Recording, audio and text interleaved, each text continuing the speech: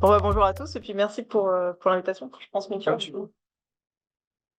Alors effectivement, je vais utiliser les quelques minutes qui me sont imparties pour vous présenter un petit peu notre travail au CDMO et puis vous dresser peut-être un panorama aussi des différentes questions juridiques qui sont soulevées par les enjeux de décarbonation du transport maritime.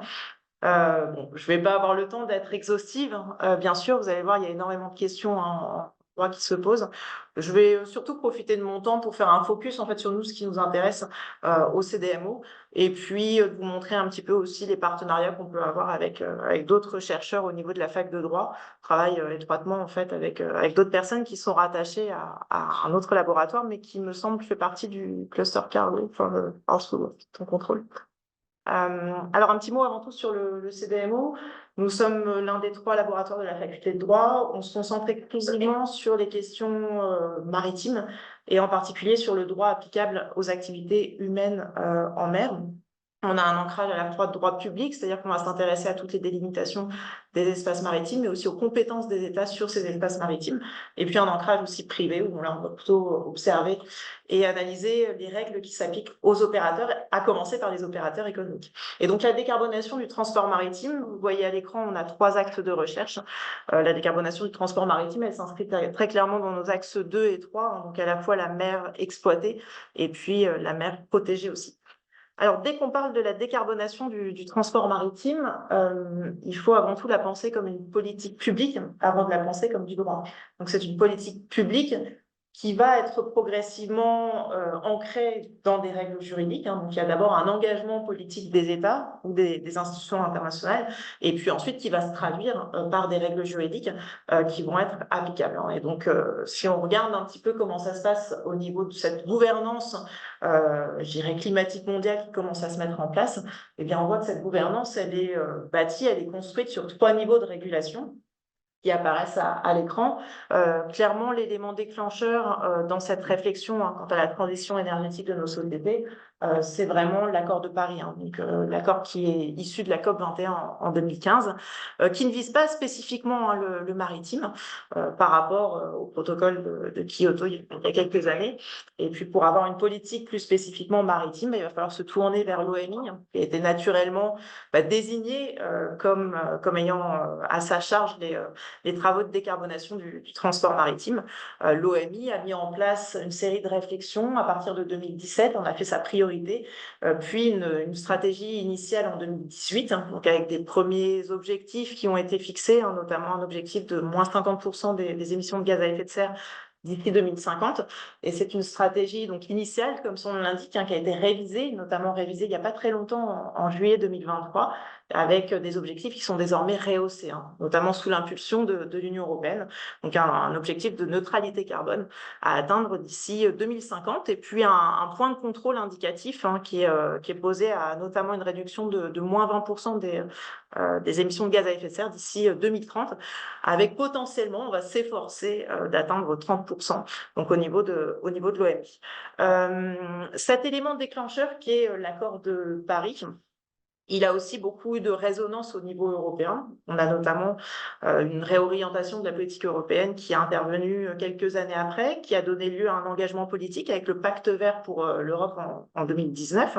Et ce pacte vert pour l'Europe, il a été traduit par une politique beaucoup plus maritime avec la communication 2021, mais surtout par ensuite des textes qui sont juridiques, hein, donc qui ont une valeur désormais contraignante, hein. Je pense en particulier aux 13 propositions législatives, donc ce paquet Fit for 55, hein, donc l'ajustement pour 55, qui vise à atteindre en fait cet objectif intermédiaire de réduire d'au moins 55% les émissions de gaz à effet de serre d'ici 2030, hein. Donc on a des objectifs qui sont posés et qui sont ambitieux au niveau européen, donc de neutralité carbone en 2050 et de moins 55% des émissions de gaz à effet de serre d'ici 2030 par rapport aux émissions de 90. Et puis on retrouve une même impulsion au niveau national aussi, donc notamment en France, avec des travaux qui ont débuté à partir de 2015, donc à peu près en même temps que l'accord de Paris, avec notamment la loi de transition énergétique qui est venue poser les premiers objectifs, et puis des objectifs qui ont ensuite été renforcés avec la loi climat et résilience de 2021.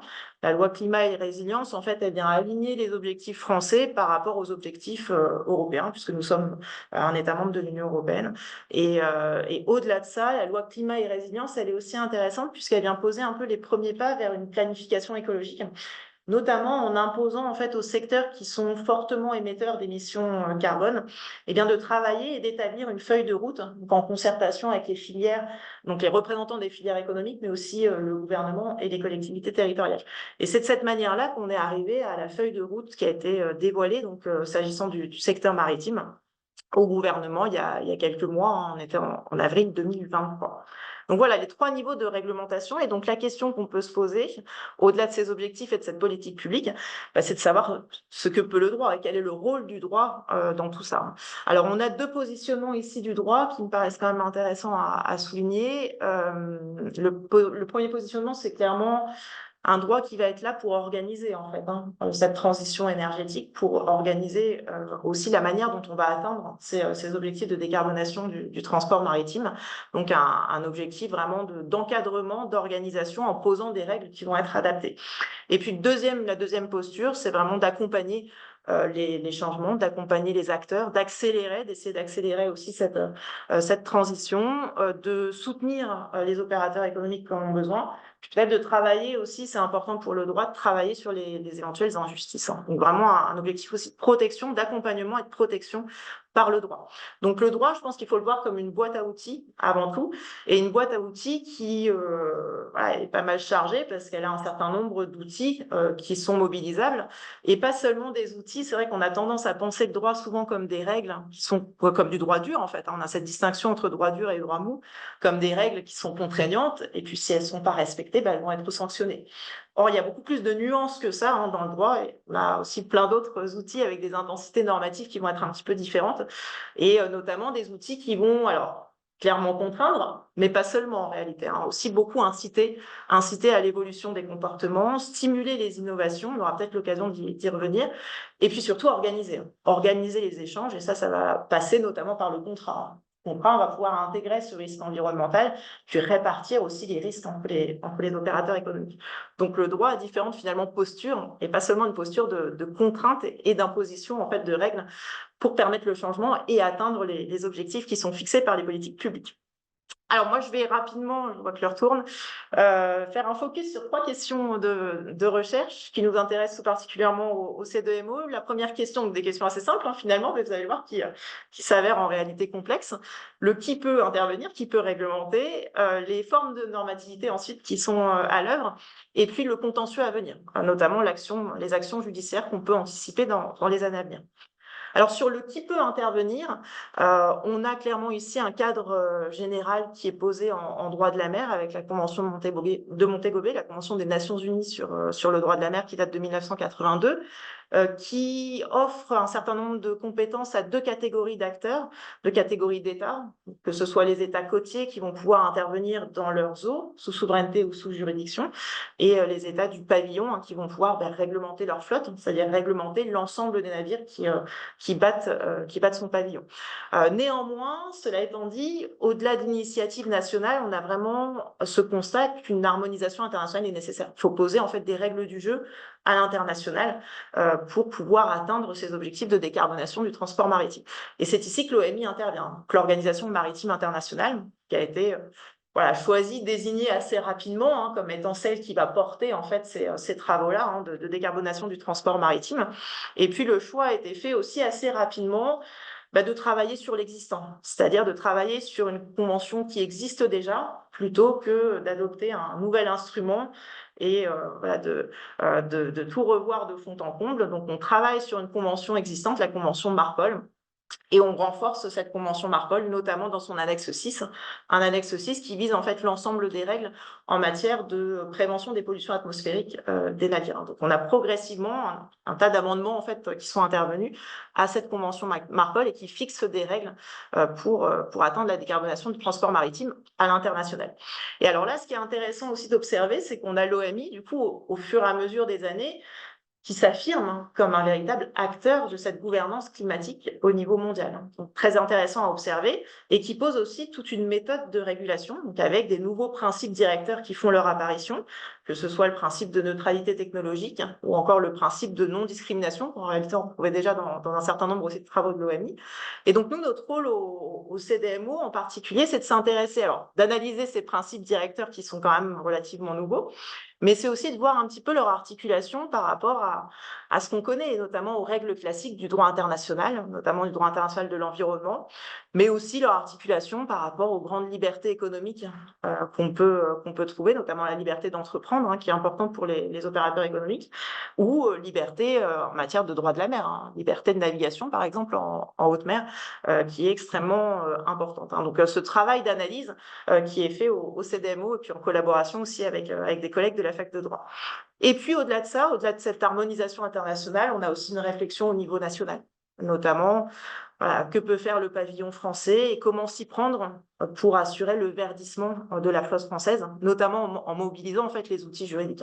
Et donc ça va passer par des réflexions, notamment sur la fiscalité, sur le financement, pour essayer à nouveau, dans cette optique un peu d'accompagnement des acteurs, eh bien, de soutenir les opérateurs qui font appel au pavillon français pour avoir un changement, un renouvellement de la flotte française. Deuxième question, les formes de normativité à l'œuvre, et je vais accélérer un petit peu.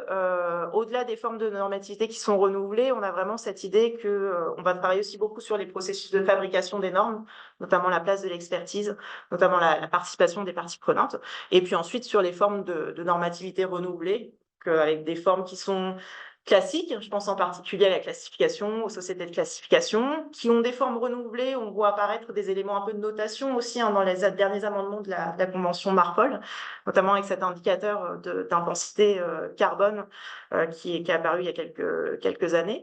Et puis, régulation par le contrat aussi, on vient intégrer les risques environnementaux dans les contrats, en particulier dans les contrats d'affrètement, et émergence de labels donc, qui sont entièrement privés, et qui vont faire l'objet de partenariats intéressants entre des ONG, par exemple, et puis des associations professionnelles comme Armateurs de France, par exemple. Et puis, troisième question, et je m'arrêterai là, la question de comment on peut mobiliser aussi les juridictions. Et on se rend compte que depuis quelques années, il y a un doublement quand même des poursuites judiciaires en matière de changement climatique. Donc, comment on peut mobiliser le judiciaire pour accélérer aussi cette décarbonation? Et on voit qu'il y a tout un contentieux climatique qui émerge et qui va aussi, on peut l'imaginer, toucher le maritime dans les années à venir, qui va cibler les États, mais aussi les opérateurs économiques. Et donc là, on a un certain nombre de questions qui sont intéressantes en droit, notamment des questions de réparation, questions des juridictions compétentes, et de la place peut-être de l'arbitrage, et puis les questions de sanctions aussi. Voilà pour ce panorama, c'est général. Je vous remercie.